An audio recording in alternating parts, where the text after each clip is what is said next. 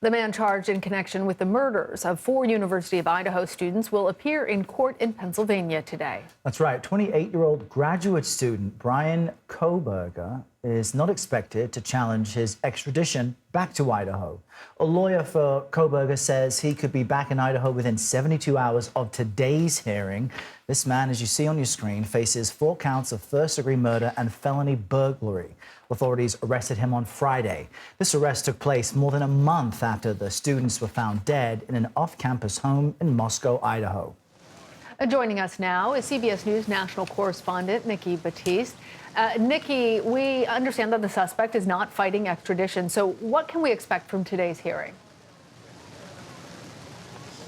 Good to see you both. Because he is expected to waive his extradition, really this hearing will be probably pretty quick. There'll be a formality, probably some paperwork. But I will tell you, there's a ton of media here. There's a lot of interest in this story. We just saw around just before 11 a.m. here in Pennsylvania, video of Brian Kohberger going into this courthouse behind me, wearing a reddish-orange jumpsuit, and he looked calm. He looked, just like anybody on any given day walking into the courthouse. We do expect his parents and possibly one of his sisters to be here today. Lana and Errol. So then, Nikki, what are the next steps? I mean, these families devastated by the initial loss of their kids, their loved ones, and now to know that this man will be, the suspect at least, brought to justice. What happens here over the next day or so? The next steps are critical. Brian Kohberger will be extradited to Idaho. It could be as early as tonight, could take 10 days. We do not know yet.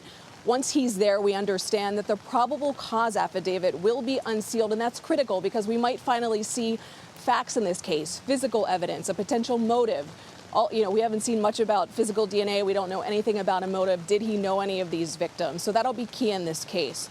And then after that, two scenarios could happen according to legal experts. He could have a preliminary hearing within about 2 weeks, or the case could go to a grand jury. It's really up to the prosecuting attorney there. Errol and Lana. And Nikki, it took nearly 7 weeks for a suspect to be named in this case.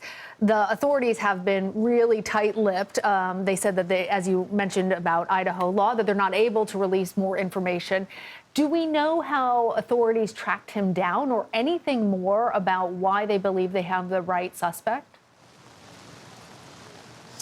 CBS News just confirmed that DNA evidence was collected, and keep in mind, just basic touch DNA, just skin can be collected.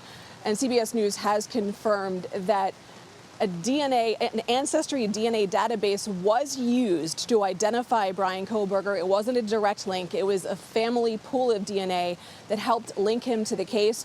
CBS News has also confirmed that authorities started tracking Brian Kohberger in Washington state. He traveled with his father just before Christmas from Seattle all the way here to Pennsylvania. And during that trip, we now know authorities were tracking them using the Easy Pass system, where they then monitored him here for a couple of days before his arrest. All right. Lana and Errol.